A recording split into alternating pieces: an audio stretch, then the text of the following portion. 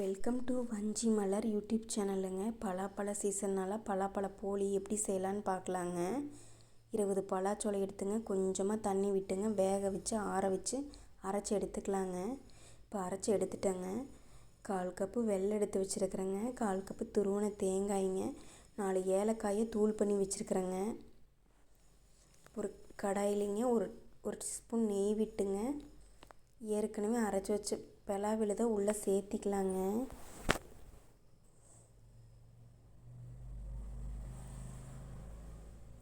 சேர்த்திட்டுங்க நல்லா கலந்து விட்டுக்கலாங்க. ஒரு 1/4 டம்ளர் தண்ணி வச்சுங்க, நம்ம ஏற்கனவே எடுத்து வச்ச வெல்லத்தை நல்லா கரைச்சி எடுத்துக்கலாங்க.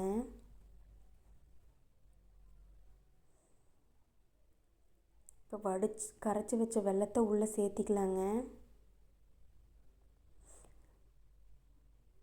வடிச்சிட்டு சேர்த்திக்கலாங்க. மண் தூசியில் இருக்குங்க. இப்போ நல்லா கலந்து விட்டுக்கலாங்க. இப்போ ஒரு சிட்டிகை உப்பு சேர்த்திக்கலாங்க. கலந்து விட்டுக்கலாங்க.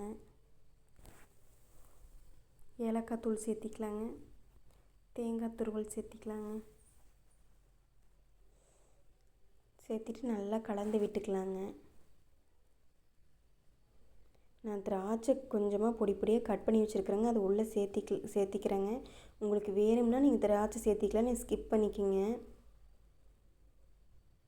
இப்போ ஆற விட்டு பவுலுக்கு மாற்றிக்கலாங்க. நான் ஏற்கனவே 1 டம்ளர் மைதாவை எடுத்துங்க, 1/2 டீஸ்பூன் உப்புங்க, 1/4 டீஸ்பூன் மஞ்சத்தூள் சேர்த்து நல்லா கலந்துங்க. சப்பாத்தி மாவுக்கு பிசைகிற மாதிரி பிசைஞ்சு வச்சுருக்குறேங்க. ஒரு வாழையில எண்ணெய் தொடச்சிங்க, நான் ஒரு உருண்டை எடுத்து உருட்டிங்க, நல்லா தட்டிக்கலாங்க மாவை.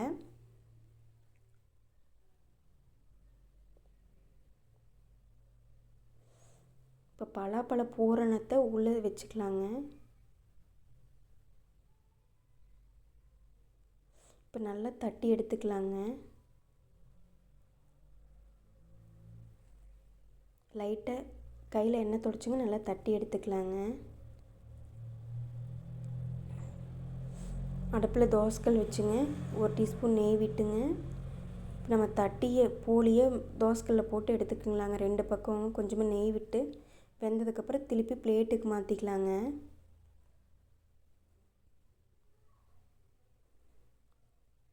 இன்னொன்று போட்டு எடுத்துக்கலாங்க.